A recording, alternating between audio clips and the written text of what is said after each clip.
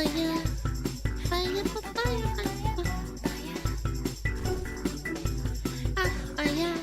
Chat, are you on disability? Not trying to out you or anything. You don't have to answer that honestly. If you're on disability, that's okay. Yes, yes, no, no, no. But I know someone who does. Yep, no, no. Anyway, I'm asking because apparently America has a disability problem. Why are a lot of Americans disabled? How did America get so disabled? Let's watch. What are the facts here? I don't know. It's interesting. America is more disabled than it has ever been before. Ooh, despite advances how? in medical technology, better Wait. treatments, and a better understanding of nutrition and health, the size of the disabled population has grown by more than 30% within the last 5 years alone. I would have, if this started in 1920s, I could have honestly classified it as a qualification of diagnosing and classifying disabilities that used to not be, but this starts in 2009. And it's up to 2025, so you can't even say like, oh, we've had so many discoveries since, you know, 2009 up until today. Yeah, like, I don't even think. More elderly? I don't think it's that. I don't think so. Alone, despite the total population only growing by 3%. For 3 years after COVID, the number of disabled people in America was growing faster than the number of people in America. In some counties across the country, more than 1 in 3 people are out of work due to a disability, and support payments are now the second largest budget item for the Social Security Administration after retirement benefits. Disability payments now cost more money every year than food stamps and welfare combined by a significant margin. In some towns across America, banks and stores stay open late for 1 night a month, the day that disability checks become available.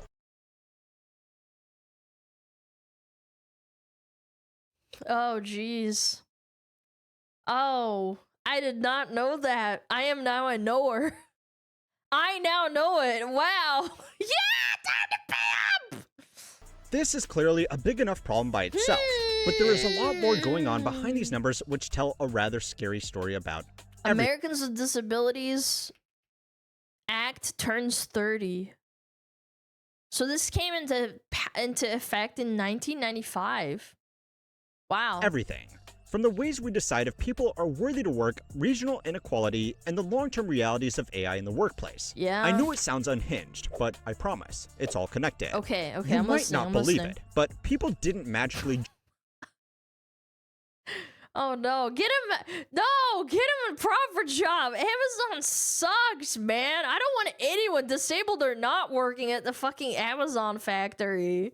just become more disabled overnight. Geez. Nor are certain areas of the country somehow just 400% more accident prone than others. So, why the f has America really become so disabled? This guy's pissed. Daniel Waldrip suffered with chronic back pain for 20 years. Pain is, I would say, a good portion of it is from genetics or something that happened to you. And then there's a good portion that should be studied that is based off of sitting in your chair all day. When I started doing like breaks, because what I would do during my streams, I wouldn't take breaks during ads. I would just sit here and just like talk. But now that I actually walk around and stretch my back every hour, I think that's so much better for you. And I also started standing in the first hour of when I like start stream. That's another thing. I think genuinely, I think a good portion, not that it's not genetic or it could be you like, hurting your back from work or something. But I think that these people that suffer from it, there's a lot that can be done about it, like naturally, without having to like get pain medication, surgery, or anything like that. United States and the leading cause It sucks, of but you disability can do in something Americans about it. under the age of 45. One of the recent challenges of addressing the Wow. disability epidemic is that nobody really wants to acknowledge it for two separate reasons. Money. The first is that there really are a lot of vulnerable people out there that genuinely need this assistance to survive. Yeah. I hope it's not too much of a hot take to say that if we can afford more aircraft carriers than the rest Oh my god, the military industrial complex is fascinating, but also terrifying. No opinion, strong way or another, one way or another, but I think it's terrifying how much money we spend on how much money of my tax, how much tax Jesus, I can't speak today. How much of my tax dollars go into the military-industrial complex? It's scary. Of the world combined, we can afford to look after our own people. Yeah, but world even just police has a daring to price. question the That's a good way validity to of some put of it. these Yeah. numbers is a dangerous game, because no politician wants to be seen pushing society's crazy. most vulnerable people off vital support. Not directly anyway, and we will get to that later. The second and more honest reason is that people who are out of work due to disability do not show up on unemployment statistics. To be officially classified as unemployed, you need to not have a job and be actively looking for work, adhering to some pretty rigid requirements. People who are disabled enough to receive support payments normally don't meet these requirements even if they are willing to work, so they just get counted as outside the labor force. That's so dumb. Because, like, the other factor is that what if you work in a place where they can't accommodate for your disability? Say you don't have legs, like, just straight up. It's not your fault you don't have legs, nothing happened. You didn't chop them off, right? To get disability. Which is, by the way, a very common strategy, apparently. Not literally chopping them off, but getting so sick that you get on disability. That's a very common strat. What if they can't accommodate, or you have to move and you don't have the money? Like, what if it's too far away? Like, there's a lot of factors to this, and it sucks. Like, yeah, disabled people can absolutely work, but they If won't this was hire thoroughly you either. reclassified, Sometimes it might reveal that job losses are a fair bit worse than we would all like to admit. And spoiler alert, there may be a reason why spikes in disability applications line up almost perfectly with spikes in long-term unemployment. Yeah, 2008 happened. Boom, look at that. But I am getting ahead of myself. The first thing you need to know is exactly what kind of disabilities we are getting. A report by NPR and data from the Social Security Administration found that diagnoses of disabled workers had changed dramatically over the decades, and these changes were not what you would expect. From when the data was first collected to when the report was published, the rate of heart disease, stroke, neurological disorders, and broadly defined other disabilities all dropped significantly. This is surprising, because since the 1960s, the average American's idea of their ideal weight. What do you think is the ideal weight for you personally? Why did it spike in 2018? In men? Oh, maybe because, like, bulking? Why is it up for... No, women didn't go up. Like, they only went up a little bit.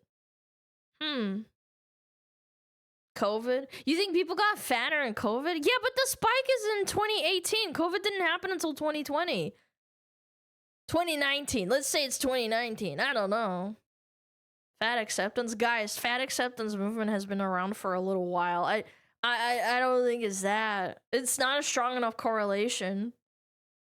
I know, that's the first thing that I thought too, but fat acceptance movement has been around for a while, and also it went up for men too. For women, it kind of just went like this. For the men, it spiked. Look, it's weird. It doesn't make sense to me. Like, just have a look. Like, I'm just looking at it like, I don't know. has put on a few pounds, to put it lightly. What exactly are you trying to say? What exactly am I trying to say? You're fat! These are a bunch of fucking elephants. Anyway, it's good to know that as someone who personally enjoys some high fructose corn syrup from time to time, me both the too. reduction in cardiovascular and neurological disorders was thanks to improved treatments, which means that medical issues that would have made people unemployable in the 1960s can now be managed effectively enough that people can live totally normal lives. Yeah. This is particularly impressive when you remember that you can't be disabled if you are dead. Improving the survivability Yeah, you're a lot of things, but you know, you're dead. of something like a heart attack also increases the likelihood of that person being disabled by the incident instead of just killed by it. So medical treatments have improved and then improved True. even more to overcome the problems caused by their statistical improvements. With such amazing new technology and procedures, we should surely be living through a golden age of health, right? But clearly, This is gonna go into like ethics and moral ethics. I'll touch on it just because, like, it's kind of interesting in the sense that if you become a vegetable because of a car accident and you're just like alive, technically speaking, but your life is miserable, you're still technically disabled, but you're alive. But that can also happen with like less debilitating things. Like you get into a car accident that should have killed you. Now you have like a traumatic brain injury. You're alive, but now you are suffering from a traumatic brain injury for your entire life and up until you die. And that makes you disabled, right? like, I think that goes up because of medical advancements, right? Due to this, you know, development, to this technology development. Yeah. We aren't. So then, what has taken their place and made up most of the increases in disability? Well, it's been mental illness, which isn't surprising since we have gotten much better at diagnosing these. Yeah, but that above too. all, by a wide margin, the biggest increase has been in back pain and other spinal problems, which are now more than 40. See, I could understand the mental illness being up this much, but going from 8.3 to 33.8? That's huge. Like, that's a massive jump. Times as common as they were back when we started collecting this data. Yeah. These are now the most common diagnoses that make people unable to work. It's not even a small at least so sample far as the size, government it's is fucking concerned. 70 years Now, it's at this almost. point that you might understandably get a bit suspicious of the data, because conveniently, these kinds of disabilities don't show as many physical symptoms and therefore are a lot easier to fake. This is especially suspicious if everybody within a local area is all coming down with the same disabilities when just a few counties over, people don't seem to have.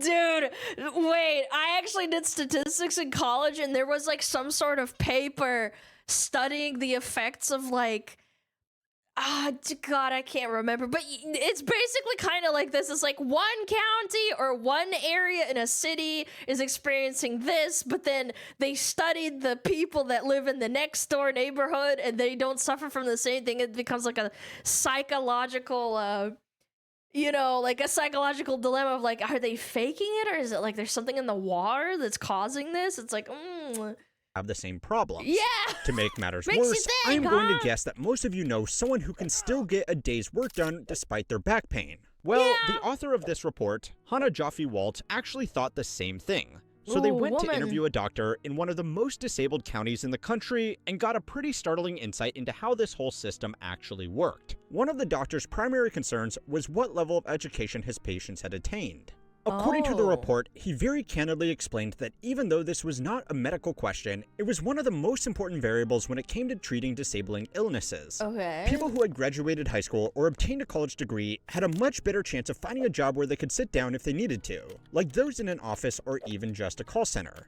People who did not have a formal education, however, would most likely be working jobs behind a counter, making deliveries, or doing manual labor where they were expected to be on their feet all day. Right. Someone with chronic back pain could work an office job, but even a retail job that required them to stand for an entire shift would be impossible. In the interview, the Yeah. doctor rather hunted. Yeah, they don't let you sit down either. It sucks so much ass. I worked a retail job and they don't let you fucking sit. I got yelled at, and this is in New Zealand even, not even America, so keep that in mind. I got yelled at for fucking sitting down for like 10 minutes after I'd been working my ass off for 5 hours. God, I hate people so much. I hated my boss. said that if you have particular back pain and a college degree, you're not disabled. Without a college degree, you are. Huh. This was a bigger problem in poorer, rural, working-class areas where sit-down jobs were more scarce anyway, which is just one of the reasons why How fascinating. Look, this belt. This belt. I'm talking about the belt.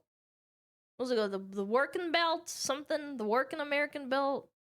disability lines up almost perfectly with poverty. Huh. People in poor areas are not Yeah, necessarily more South. disabled. They just have fewer options outside of getting Bible up and belt. Is claiming that what, the disability. Rust Belt? Yeah, that But was it. that is Rust just Belt. one reason, and it's clearly still the sign of a broken system that's not really helping anybody. And the worst part is Fascinating. that a lot of these problems would be extremely easy to fix He's standing up! He's faking it, chat! without spending nearly as much. So it's time to learn how many works to find out what these convenient numbers are really covering up. This video was made possible by Plod. Have you ever Applaud? walked out of a meeting thinking, what did we even talk about for the last half hour? Or True. maybe you've had moments where you really wanted to take I've zoned out entire meetings, and then everyone's like, all right, Alana, it's your turn. And I'm like, what? Oh, man, I was not the best. I don't know, man. 2-hour-long meetings ream me the fuck out. Chat, you can't even blame me. Nobody can blame me. You can't. notes, but My you were turn too for busy what? actually Yeah, being what? present. It's the Huh? difference between a meeting that's actually worthwhile and something that should have been just an email. Luckily, Yep. there's a solution. It's called the Plod Note Pen. an AI tool that actually helps you do better work instead of just replacing work with generated slop. What the solution for this, by the way, this is a solution for a problem that could be just dissolved instantly if you didn't have jobs that were paper pushing jobs, where the CEO calls for a meeting and then it's like, we're just talking about nothing, and I could just be doing work. You know what I'm saying? Plod builds cutting-edge tools that help you stay focused on the moment by taking care of all your note-taking and summarizing. Or something. The Note Pen is one of their standout CEO products. bored. It's a small wearable device Bunch that of you clip onto your yappers. shirt, bag, or lanyard. With one press, it records your conversations, voice memos, and meetings, then transcribes and organizes them into smart summaries you can review later. You can use it during your lectures, meetings, interviews, anytime you need to capture everything. I've been using my Note To be fair, chat, low-key, I've had conversations with people and they're like, oh yeah, Alana, you said this. And I was like, I said that? Maybe that's not so bad. Yeah, maybe I should just like have a recorder. Pen on my morning walks when creative ideas hit. Instead of stopping to grab my phone or scramble for a notebook, I just tap the Note Pen, talk it out, and later in the app, it's all turned into a clear mind map or action list. It saved me so much mental load. It allows you to take notes anywhere, anytime. It extracts insights, boosts efficiencies, and saves you time, and you can fully engage in any ads I've seen conversation. in a while. You can check it out and get yours using the link in the I don't description. think this is the worst thing I've ever seen. The NPR article that first reported on the questionable relationship between disability and poverty was first published over a decade ago now. Now, it's still genuinely one of the best pieces of journalism I have read in a long time, so I will leave a link to it below. Okay. However, since then, the number of people receiving disability support payments has actually gone down, especially amongst people of working age, which sounds like a good thing, right? Well, not exactly. No. Since 2014, when support payments peaked, the number of disabled people has increased by more than 7 million, and we still don't have concrete data on people suffering from symptoms of long COVID. So with more disabled people, but less people getting disability support, the actual improvements have really just been made in bureaucracy. According to data from the Social Security Administration itself, the fastest growing group of applicants are those waiting to see if they are eligible to receive support payments at all. Just the statistical increase in administrative delay accounts for almost all of the reductions, which conveniently saves money in a less direct way. According to the administration's own data, visualized by the Urban Institute, wait times for people just seeing if they are eligible for support have more than doubled. And in certain states, people are now waiting for over a year just to see if they can be technically qualified as disabled to qualify for support. People who genuinely need the support— Not even like being disabled or classified, it's like you use it for support? don't normally have the means to wait this long, so they are just giving up and either relying on family or falling into poverty. The rest of the reduction in disability support is made up of people who are denied on technical grounds rather than medical grounds. According to the law firms that regularly process these claims, bureaucracy and government, man. The hoops to jump through in order to receive support have become significantly more difficult, and denials can be made for any number of reasons at any point throughout the year-long process. The reason for these denials can include not adhering to a regular treatment schedule, which does sound reasonable, but can be almost— then the money, like what if you don't have the money for a regular treatment? That happened to me. I couldn't afford a surgery for a stupid thing on my arm. I like poma on my arm, and it was so annoying, but like it wasn't debilitating or anything. But then I finally got the money, but I just dealt with it by going to a fucking therapist so they could like massage it so that it could fucking move my arm again. Yeah, like I don't know. And then you don't have money, and then it's like, oh shit, oh fuck, now I gotta just take pain meds. I'm not saying it's a one-to-one with someone who has like an actual injury, but like you just kind of deal with it because it's annoying. You don't have the money to deal with it at the moment. It's impossible for people without insurance or an This income. is serious. I fell out of Another a tree reason a could long be time moving ago. in It with just family members became, while like, waiting you have to exclusively in prove it. processing and pushing through disability claims. And the more the system gets bogged down in bureaucracy, the more money they stand to make. So And yeah. it's kind of like with immigration as well. Lawyers make a lot of money because going through it yourself, you will fail significantly. Like, you will fail more likely because you're doing it yourself, whereas a lawyer makes a lot of money off of it because they will know how to file it and go through the bureaucracy and shit. Yet another system that was originally made to perform a basic function that has been Not a corrupted by one-to-one, but it's misaligned similar. incentives, and now it's too profitable to repeal. Throw in some depressing graphs, and welcome to basically every video on this channel. Hey, the Rust Belt, what now? The Rust Belt diaspora out-earns everyone else. Fascinating. College born and living in the Rust Belt. That's way higher, dude. Basically every That's video on this crazy. channel. However, the bigger problem with the disability industrial complex I knew that is was what relevant. it's covering up. Smart. The job market has clearly changed a lot since we started playing these games with welfare back in the mid-1990s. China entered the World Trade Organization, and outsourcing pushed entire regions into redundancy. The idea for a long time was that people would be retrained into more technical roles to replace the basic manufacturing jobs that were lost. For individuals who had Yeah, that spent their didn't entire happen. lives working with their hands, it was a bit optimistic to expect them to just learn to code. And for certain regions, it has been devastating. Those who could leave areas in the Rust Belt already have. Predominantly younger workers followed job opportunities, and according to the data, they are earning good incomes compared to the national average. Yeah! Those who were left behind have suffered as opportunities have And that's why there's so many ghost towns, or even towns like Gary in Indiana. gone elsewhere just alongside died. young, educated Straight up. workers. People aren't more likely to be disabled in these areas. Yeah. They are just more likely to be in the group that stays.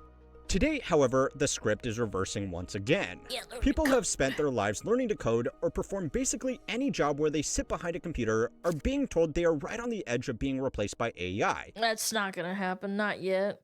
Zuckerberg announces layoffs after saying coding jobs will be replaced by AI. I don't know, man. I'm not convinced. I've seen some freaking code coded by AI in videos, man.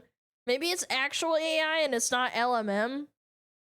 Yeah, learning language one, LLM. So they better start learning to work with their hands again. I don't As I was know, I'm researching not this very convinced. video, Marvin Ellison, the CEO of Lowe's, made headlines for telling his employees to stay away from the corporate office and as close to the cash register as possible if they didn't want to be laid off and replaced by AI. That's a little bit tone deaf from the guy What the fuck does he know? He's just a CEO. What a fucking retard. What? that will be doing the laying What? off. But if the promises of the AI CEOs are to be believed, This is- he might not The AI bubble's gonna explode. It's gonna happen. There's no shot. be wrong. The problem is that It's this could not further ready yet. expose the We don't even have flipping burgers yet on a mass scale. Like, chill out, man. disability One gap. step at a Because remember, time. there are lots of disabled people that can work behind a computer, but can't work in physical roles. Now, making big loud warnings about AI systems taking everybody's job is a great way for tech companies to raise a lot of money from people who like the idea of cutting out labor costs. The So HR of AI agent. Wait, I can be human resources for AI? I can pat Flippy on the back? What? you need to take That's these warnings with a crazy. bucket of salt. What isn't hypothetical, though, is that we are getting older. Age naturally doing a makes great job, disability more Flippy. prevalent. Don't And kill it's me, also please. increasing the expectation that we will work later into our lives at the same time. The demographic problems that come with an aging population are far beyond the scope of this video. But so far Japan and China have a huge aging population.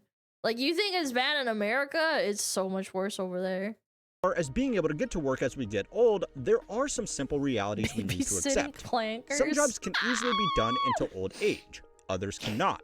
According to the Harvard Law Review, the average age of a federal court judge is now 69 years old. 2 Look, I'm not saying that we should have like 20 to 30-year-olds like in Supreme Judge courts, but like at a certain point, I think that you get to an age where it's like, bro, you need to at least be you're getting to that fucking old ass dinosaur age, man. years above the normal retirement age outlined by the Social Security Yeah. Administration. And don't even Like, get me started on the how? Senate. Oh, yeah, that's another thing. Anyway, these are prestigious jobs that are not physically demanding and come with a lot of support built in. A job like a roofer or boilermaker is simply not going to be as easy for older people to do. If we want people to start scaling into more physical jobs, we also need to accept that they will not be able to work as long, or else all of the problems with our current disability system are going to get That's exponentially true, man. worse. But it doesn't need to be this extreme. There are a lot of easy, and best of all, cheap changes that could be made right now that would go a long way to unfucking this mess. Letting retail workers guy's sit at pissed. checkouts instead He's of standing in cussing. place all day immediately makes one of the most common jobs in the country far more accessible. So does encouraging businesses to let people work from home. Right to sit laws do exist for already disabled people as a reasonable accommodation. Good. But in the real world, Yeah. that puts them at a disadvantage when trying to get or keep a job where standing is the expectation. Right Yeah, people get pissed at them, and that's corpos.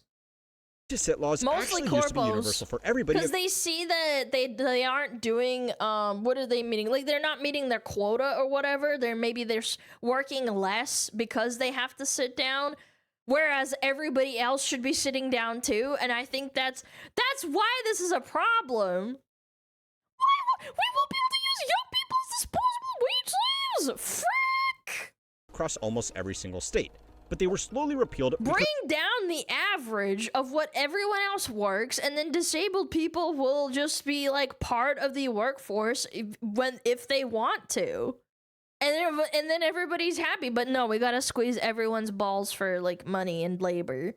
large employers, in particular McDonald's cringe. Ray Kroc, lobbied state governments arguing that it made workers look unprofessional and lazy, using slogans like, if you've got That's what I'm saying. time to lean, you've got time to clean. Yep. Simple changes like this won't fix the problem entirely, but they will help without costing much, and they should be politically Put the popular fries too. in the bag. To the people that think assistance recipients are just ripping off the taxpayer, this gets rid of an excuse. And to everybody else, it makes it easier to get their work done, all while helping people help themselves. But of course we won't do it, because business incentivizes bad decisions. Go and watch this video next to find out why we keep on making the same kind of dumb mistakes, and why they are so hard Who's to correct. we? And don't forget to like and I make subscribe to keep smart on learning mistakes. how money works. Like being a VTuber. Yeah. That was a really good video. Got lots of food for thought. Guys, go check them out. It's How Money Works. Very cool gamer. Bye.